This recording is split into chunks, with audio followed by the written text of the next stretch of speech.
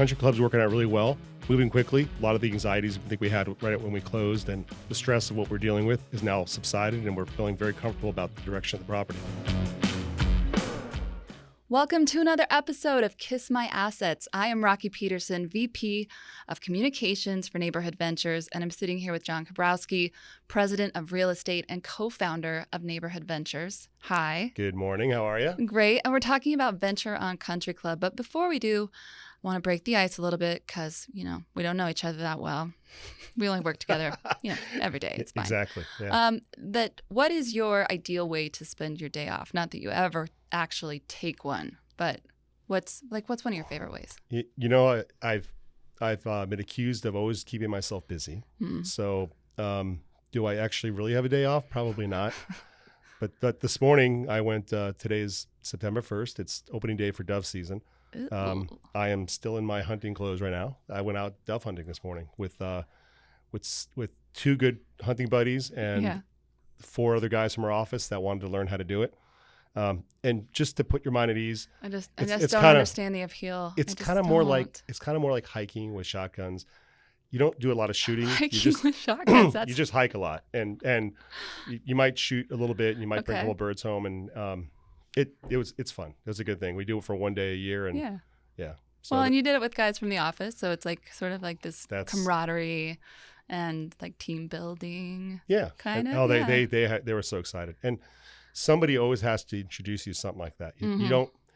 Most things you get involved in, whether it's a car racing or some other sport or hobby, it's usually there's such a learning curve to it. Right. That even if it's you can go fishing, but for someone to take you sport fishing out on a boat, you just don't go out by yourself without any guides or someone has to lead you to water. So that's what we did today. We took out the young guys and split them up between us and had a good time walking around. And that sounds like a miserable time, but I'm glad you had fun. Yeah, one of the guys got no birds, but he did shoot somebody.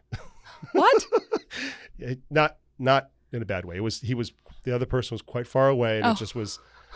But the whole thing was it was a fun day. Oh, that's we great. had fun. Yeah, so that's I don't get many days off, but I try to do as much as I can. And if I do have days off, I spend time with my kids. That's it. Yep. Yeah, I can attest to that. You are a good dad. All right, so talking about Venture on Country Club, in broad strokes, how is the renovation going? Much better. In the beginning, a little bit of stress, like it is when you take over a property. It's a large property, a lot of pinch points on the property that we had to deal with.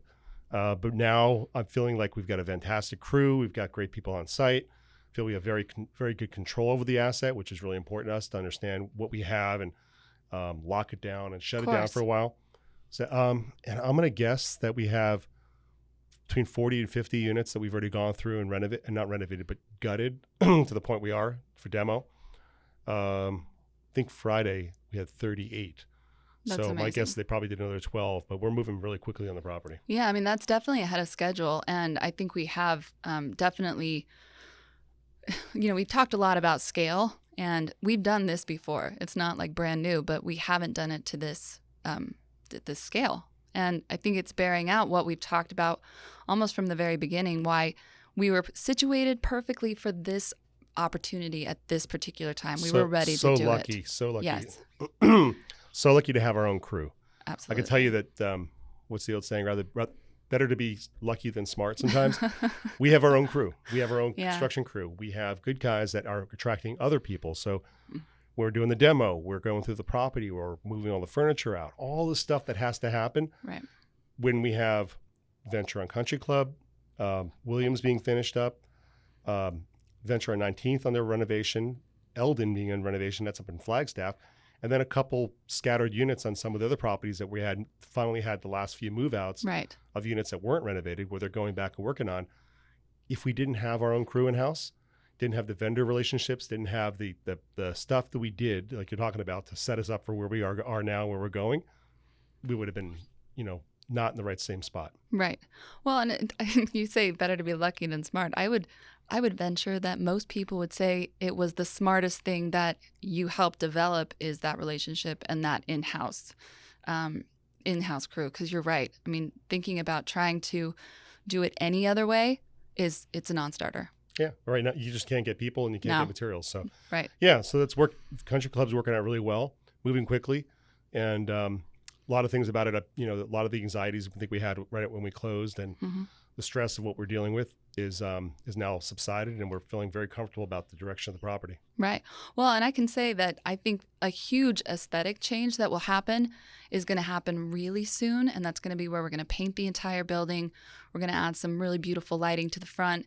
And, when it comes to making a real impact in a neighborhood and making those units that are going to start turning desirable, that's kind of where it starts. It has to look the part.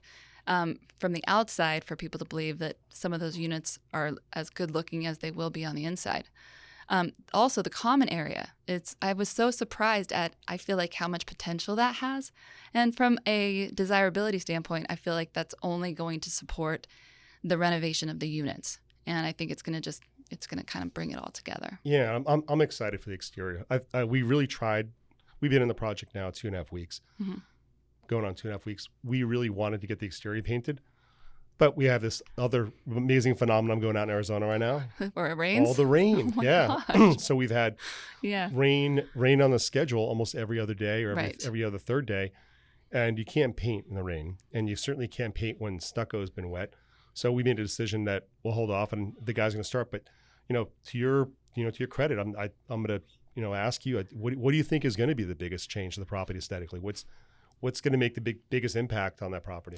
Well, it has such a nice visibility from the front, or from the street, that again, painting it a nice kind of a soft white, and then adding the accents of wood and adding this really cool modern lighting, I feel like is going to just almost like announce to the neighborhood. They know we're there because there's people there all the time. Everyone can see a lot of good activity, but I think it'll kind of introduce to the neighborhood that we're here and we're doing it right. Yeah. And it's going to look good and people will want to live there, which is kind of like the whole point. Yeah. Yeah. I tend to agree. I think that's really, we're putting our stamp on it once we're changing all that. Yeah. And, I appreciated the other day when we were talking about the landscaping and you said, hold off on the landscaping for a minute. And you were referring to the permit process to make sure that there wasn't anything else that the city wanted us to do landscaping wise, which I feel like speaks to how acquainted you are with this process, where it's like, it's no big deal to pump the brakes on landscaping right now, especially if it saves us on what the city wants us to do, just to make sure that we're totally in compliance and in line. How's that whole process going? Like, what's the neighborhood saying? What are you getting any pushback? How's that going? Well, we've got some very positive things in the neighborhood. Unsolicited, we had homeowners and HOAs come to us in the neighborhood and reach out to us through our Facebook page. I don't know how that's done, but somehow they message us to Facebook. It's like our voodoo. Website. Yeah, and it popped up and Colby saw it, and it was people have come to us and said, thank you for taking this project on. It's been an eyesore for the neighborhood. It's been the center of criminal activity. We've had many issues with that property. Thank you for taking it over, which doesn't happen. And then beyond that, they said, we want to get involved. We want to show up at council meetings. We want to call the council members. We want to call the city, call whatever it takes to help you get remarkable. this project. So I forwarded it on to our zoning attorneys who said, this doesn't happen.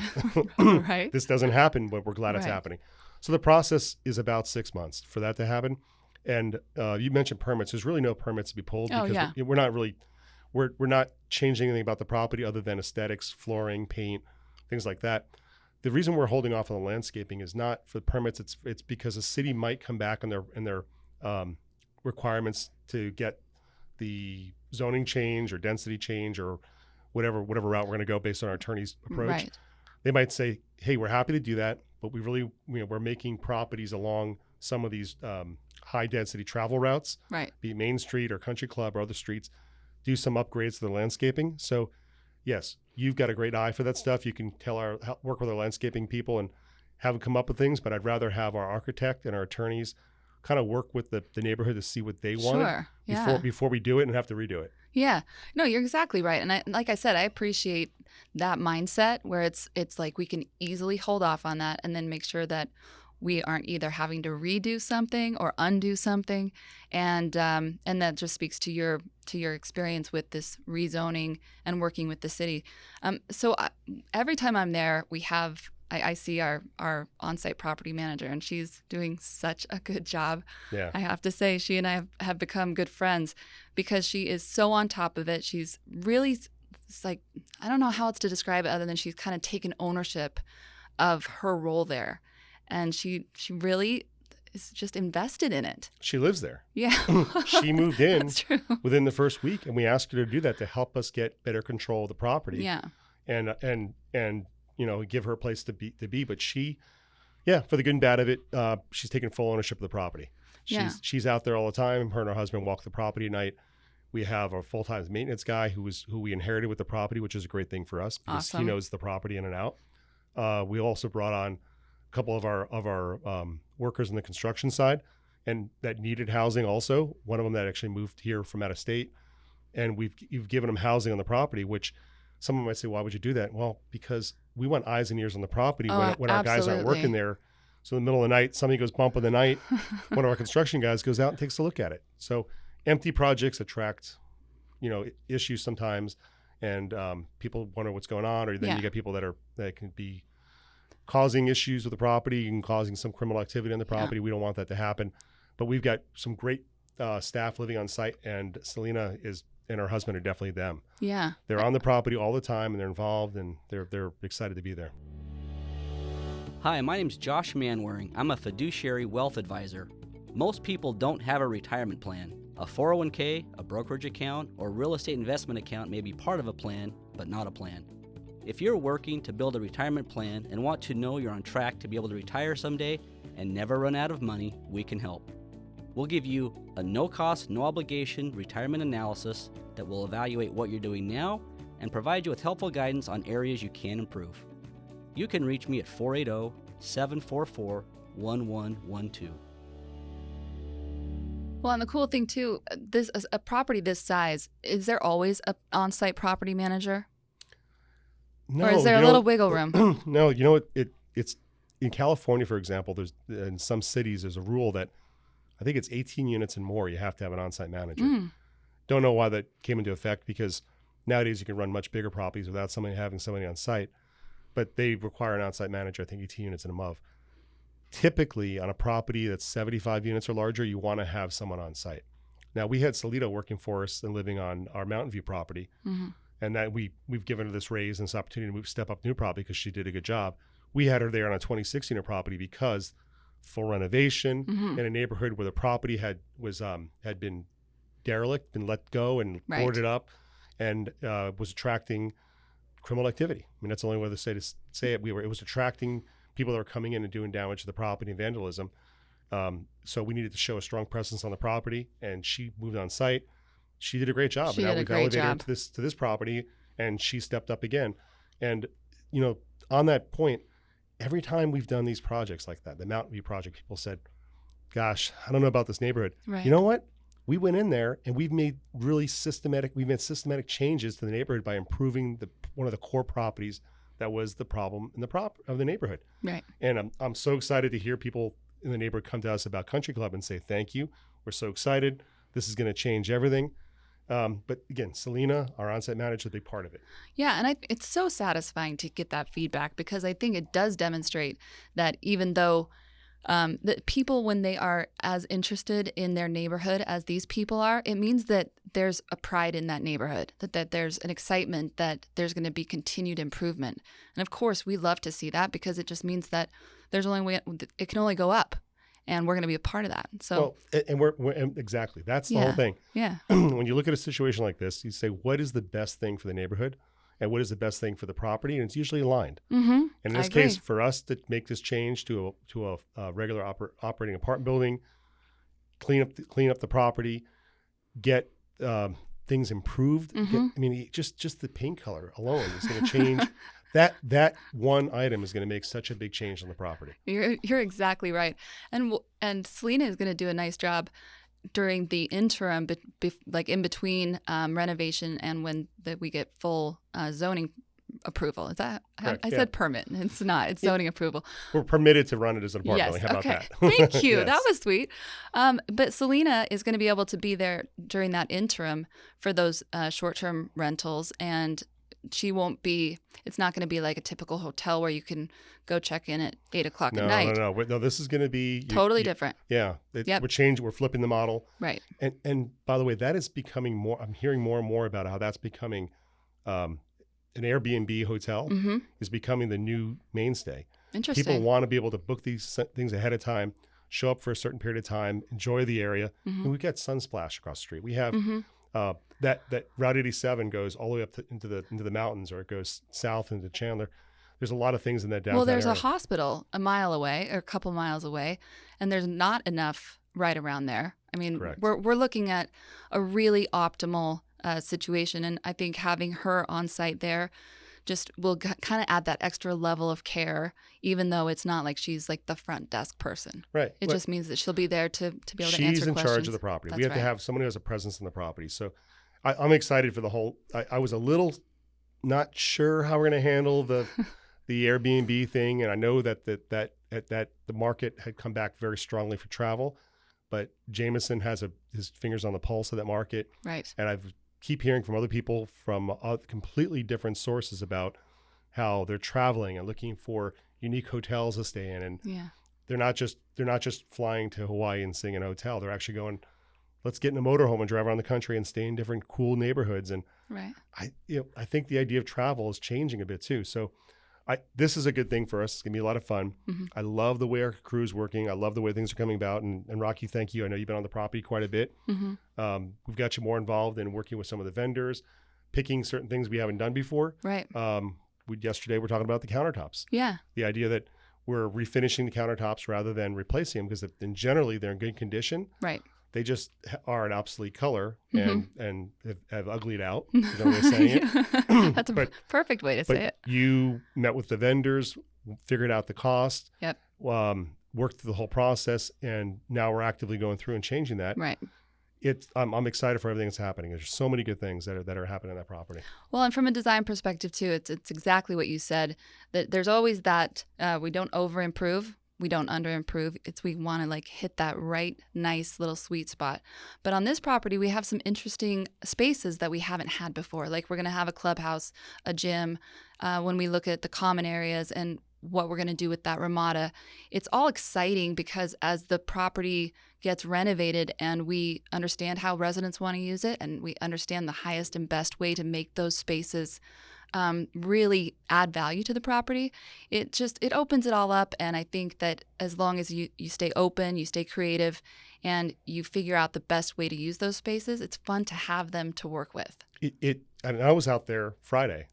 I don't know if you heard the story, but Thursday night decided that our construction crew is doing such a great job on the property.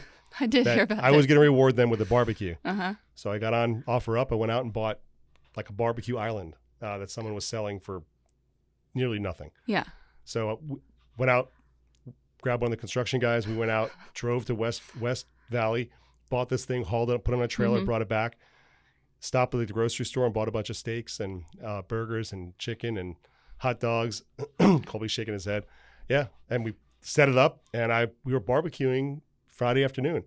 And the guys loved it. Well, go ahead. And we're going to keep it there because it actually fits in with the property. It but actually it's does. one of those things that, right, for the time being, when we have Yeah. Selena and her husband, who then come to me and say, John, can we use that barbecue on weekends? I go, you can use it every day of the week. Yeah. Go, have fun. Yeah. Yeah. So it's just one of those things, that whole outside common area with the gazebo. Is that what we call it? Gazebo? It's like a ramada. Gazebo, the waterfall, the pool, the jacuzzi. That whole space is so underutilized right now. Oh, it's just, it's almost tragic because it sits up from where the gym is. It gives it like this super high end, at least structurally, this feel. And so you and I were talking the other day about what we're going to do in terms of adding some shade. And there's so many possibilities. It has so much potential because there's the space. And it's the first time that we've had one of these. A lot of it. It's really exciting. Yeah. It's a big area. And the big things that we have to worry about on that property, in that space, the pool, the cool deck, some of the things, generally in good condition. Yeah. So pool fencing, we're going to change some things that the way the old owner was running it. Access a little bit different between a hotel and an apartment complex. That's right. But all these things are really starting to come together, and it's really kind of cool to see how it's going to work. And in general, I just feel a lot more comfortable with the project. After the first week was a lot of work, lot of work. Second week, we're starting to realize that what's happening. Third week, now that we're into it, all of our crews are kicking in. Everybody's working on getting all the things right. It's going to move pretty quickly.